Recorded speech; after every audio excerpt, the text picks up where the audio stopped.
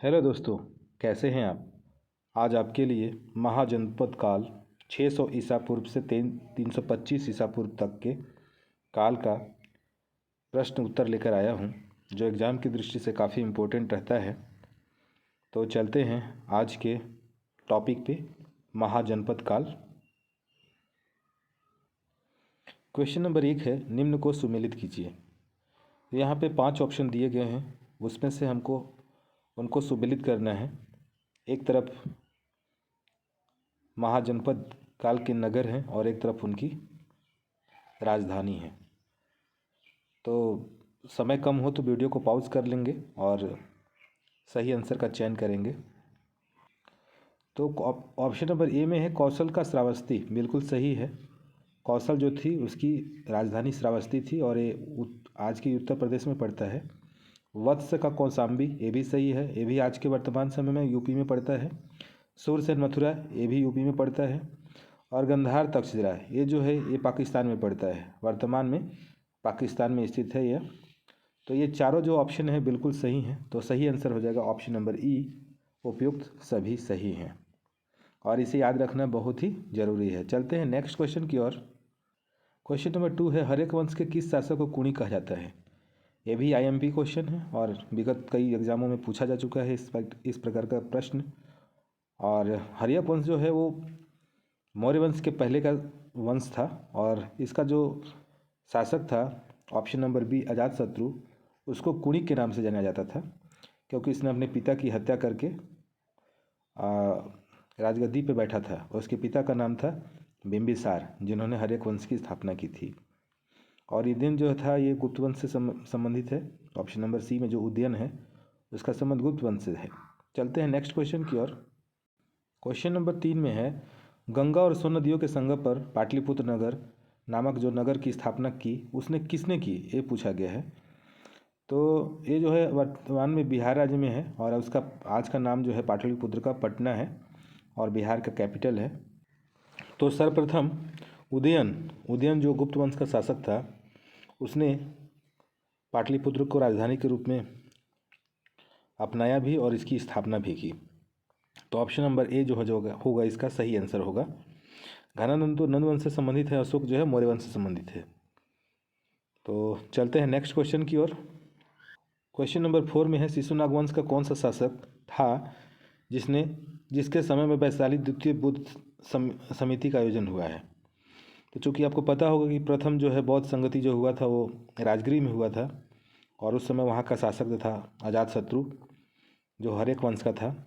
इसके बाद द्वितीय बौद्ध संगति हुई और यह हुआ वैशाली में। वैशाली जो बिहार में है स्थित अभी वर्तमान में।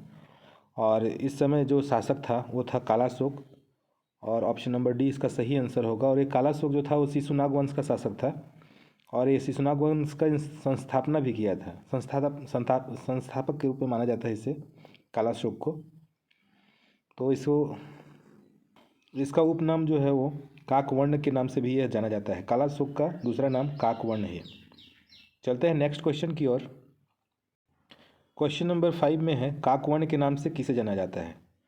तो अभी आप पूर्व में क्वेश्चन में पढ़े हैं तो आपको पता होना चाहिए। ऑप्शन नंबर डी जो है कालाशोक, जो शिशुनाग वंश का संस्थापक था, इसे काकवर्ण के नाम से भी जाना जाता है और इसके समय में वैशाली में द्वितीय बौद्ध संगति का आयोजन हुआ था। और द्वितीय बौद्ध संगति के जो अध्यक्ष थे, बौद्ध अध्यक्ष, उनका नाम था सबकामी जो थे इसके अध्यक्ष थे द्वितीय बौद्ध संगति के। चलते हैं नेक्स्ट क्वेश्चन की ओर। क्वेश्चन नंबर 6 है, 323 ईसा पूर्व में सिकंदर महान की मृत्यु कहाँ हुई थी। तो ये भी मोस्ट इम्पॉर्टेंट क्वेश्चन है और सेंट्रल गवर्नमेंट से लेके स्टेट गवर्नमेंट तक के एग्जामों में इसे बार बार रिपीट किया जाता है इतिहास के प्रश्न पत्र से। तो वीडियो को पॉज करें और ऑप्शन को चूज़ करें, क्योंकि इसमें बहुत ही फास्ट आपको क्विज़ कराई जाती है ताकि आपका समय बचत हो और कम समय में ज़्यादा से ज़्यादा रिवीजन हो सके। इसका मुख्य उद्देश्य इस क्विज़ को बनाने का यही है, कम समय में ज़्यादा रिवीजन। तो 323 ईसा पूर्व में जो है सिकंदर महान की मृत्यु जो हुई है, ऑप्शन नंबर बी के साथ जाएंगे, बेबीलोन में इनकी मृत्यु हुई है। चलते हैं नेक्स्ट क्वेश्चन की ओर। क्वेश्चन नंबर 7 है, सिकंदर महान व पोरस की सेनाओं ने किस नदी के आमने सामने के तटों पर पड़ाव डाला था। तो इसका जो आधुनिक नाम है वो है झेलम, ऑप्शन नंबर सी। और इसको प्राचीन काल में पुरुषणी के नाम से जाना जाता था, और पोरस को पुरु के नाम से भी जाना जाता था। और ये भारत के वंश के राजा थे, भारतीय वंश के राजा थे, और इन्होंने झेलम नदी के किनारे सिकंदर से युद्ध किया था, और उसका प्राचीन नाम पुरुषणी था। तो कभी कभी क्वेश्चन में पुरुषणी का युद्ध भी पूछा जाता है, और कभी कभी सिकंदर और पोरस के युद्ध किस नदी के किनारे हुआ था ये भी पूछा जाता है। तो अपने दिमाग में सेट कर लेंगे, और यह क्वेश्चन बहुत ही इम्पोर्टेंट है। चलते हैं नेक्स्ट क्वेश्चन की ओर। क्वेश्चन नंबर 8 है, पाली ग्रंथों में गांव के मुखिया को क्या कहा जाता है। यह भी हिस्ट्री का बहुत ही अच्छा क्वेश्चन है, और कई बार एग्ज़ामों में रिपीट हो चुका है।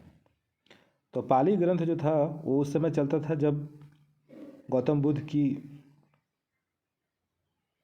उपदेश वगैरह जो है संग्रहित किए जा रहे थे, तब पाली भाषा का मुख्य रूप से उपयोग किया गया था। तो उस समय पाली ग्रंथों में गांव के मुखिया को जो है ऑप्शन नंबर सी के साथ जाएंगे, भोजक या ग्राम भोजक के नाम से जाना जाता था। ऑप्शन नंबर सी इसका जो है ये सही आंसर होगा। बाकी चलते हैं नेक्स्ट क्वेश्चन की ओर।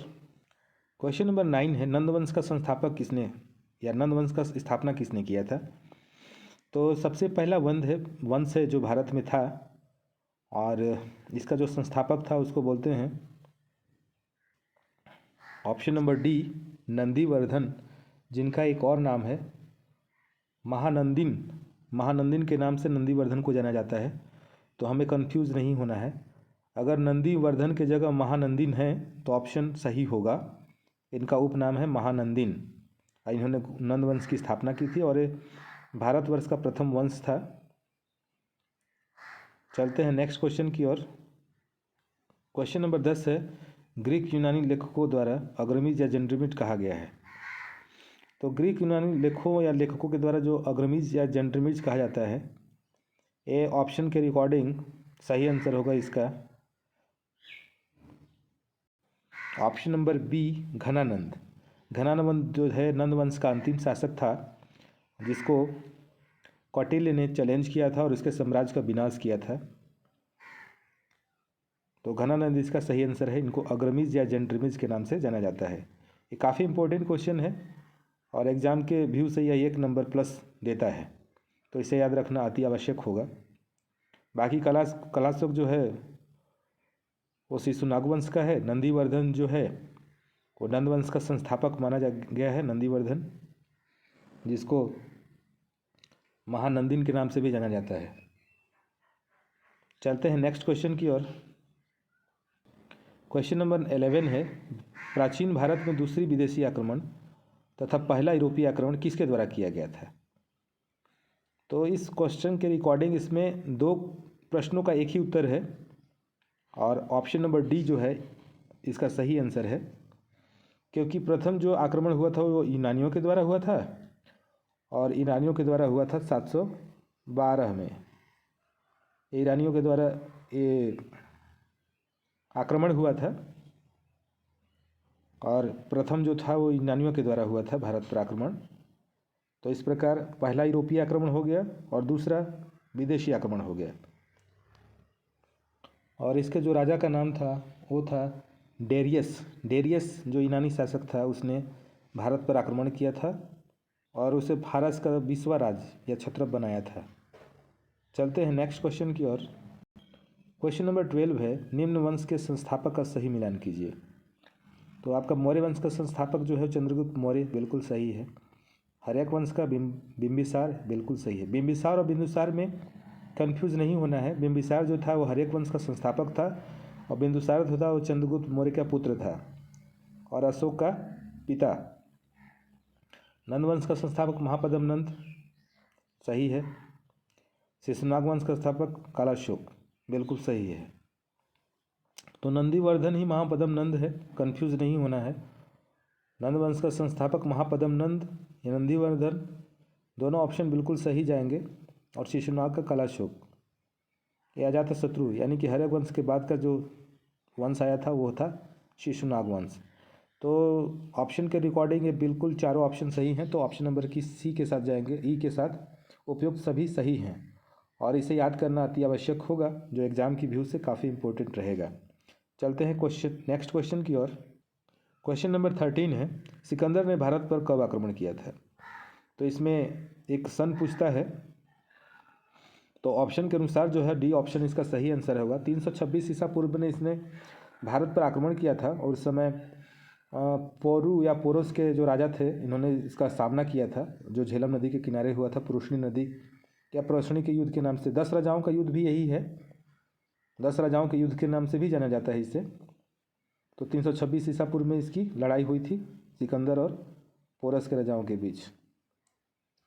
चलते हैं नेक्स्ट क्वेश्चन की ओर। क्वेश्चन नंबर 14 में है, निम्न नगरों उनकी राजधानियों को सम्मिलित कीजिए। तो ये जो हैं, जो बौद्ध धर्म में अंगुत्तर निकाय था, उसमें 16 महाजनपदों का उल्लेख किया गया है। तो उसी जनपदों में से कुछ जनपद हैं जिनका जो है कैपिटल दिया हुआ है, उसको हमें मिलान करना है। तो अवंती मालवा, और अवंती जो है वो उज्जैन का प्राचीन नाम है, पता है आपको। कौशल जो है अवध है, प्राचीन में यूपी में है। वत्स इलाहाबाद, प्राचीन में उत्तर प्रदेश में स्थित है। और मगध पटना, जिसे पाटलिपुत्र के नाम से जाना जाता था, वो जो वर्तमान में गया और पटना के मध्य स्थित है, मगध। तो ऑप्शन के रिकॉर्डिंग जो है ऑप्शन नंबर ई, उपयुक्त सभी जो हैं राज्य और उसकी राजधानियाँ सम्मिलित हैं। तो ऑप्शन नंबर ई के साथ जाएंगे। चलते हैं नेक्स्ट क्वेश्चन की ओर। क्वेश्चन नंबर 15 है, 16 महाजनपदों की सूची उपलब्ध है। तो अभी नेक्स्ट क्वेश्चन में आपको बताया था कि बौद्ध काल में और जैन धर्म में, दोनों में अलग अलग है। बौद्ध धर्म में जो है अंगुत्तर निकाय जो है ऑप्शन नंबर ए, जिसमें महाजनपदों का जो 16 ठो हैं उनका उल्लेख किया गया है। और जैन धर्म में भगवती सूत्र है, जिसमें 16 महाजनपदों का उल्लेख किया गया है। तो कभी कभी बौद्ध धर्म और जैन धर्म से ही पूछता है कि 16 महाजनपदों का उल्लेख किस निकाय में किया गया है। तो आपको याद रखना है, जैन धर्म भगवती सूत्र, बौद्ध धर्म अंगुत्तर निकाय, जिसमें 16 महाजनपदों का उल्लेख मिलता है। चलते हैं नेक्स्ट क्वेश्चन की ओर। क्वेश्चन नंबर 16 है, किस शासक द्वारा पाटलिपुत्र को प्रथम राजधानी के रूप में चयन किया गया था? तो ये काफ़ी इम्पोर्टेंट क्वेश्चन है और बनता है, हमेशा एग्ज़ामों में इसको पूछने का चांस बनते हैं। तो पाटलिपुत्र जो वर्तमान में पटना के नाम से जाना जाता है, बिहार में स्थित है, और इसको गुप्त वंश का शासक उदयन ने इसकी स्थापना की थी और इसे प्रथम राजधानी के रूप में चयन किया था। तो ऑप्शन नंबर बी इसका सही आंसर हो जाएगा। तो आज 16 क्वेश्चन कंप्लीट होते हैं। वीडियो को बनाने में काफ़ी मेहनत और समय लगता है। तो जो नए व्यूअर होंगे प्लीज़ चैनल को लाइक करेंगे, सब्सक्राइब करेंगे, शेयर करेंगे। मिलते हैं अगले वीडियो में, तब तक के लिए जय हिंद। Thanks for watching.